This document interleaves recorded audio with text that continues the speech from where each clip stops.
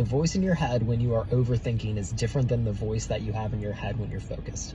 And that might sound crazy, but that's actually true, and scientists confirm this. A meta-analysis from NeuroImage was showing that rumination patterns have a connection and correlation to the default mode network, which is turned on when we're kind of in this daydreamy, unfocused state. And that state of defocus creates an environment for that rumination to kick up, which is actually not where our personality resides, which is why a lot of the time it doesn't really sound like us.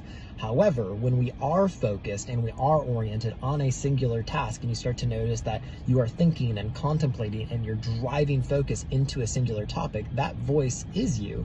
And typically that voice has a lot of logic and reason to it, which is why it doesn't have a direct correlation to rumination, the same way that this meta-analysis showed that stress and rumination are turned on in that other brain network. So how do you apply this into your life? If defocusing creates the capacity for rumination and overthinking, what we want to do is create different environments and self-awareness triggers to recognize if we have flown into that defocus zone. And there's a couple things that are really good for defocusing, like phone. The scrolling procedure mixed with a lot of different topics creates this daydreamy, oh, I don't really know what I'm doing, which creates an environment for rumination. So the next time you recognize that you're doing that, switch subjects, topic on one thing, and focus down on that, and you'll notice that that rumination actually starts to go away and replaced with your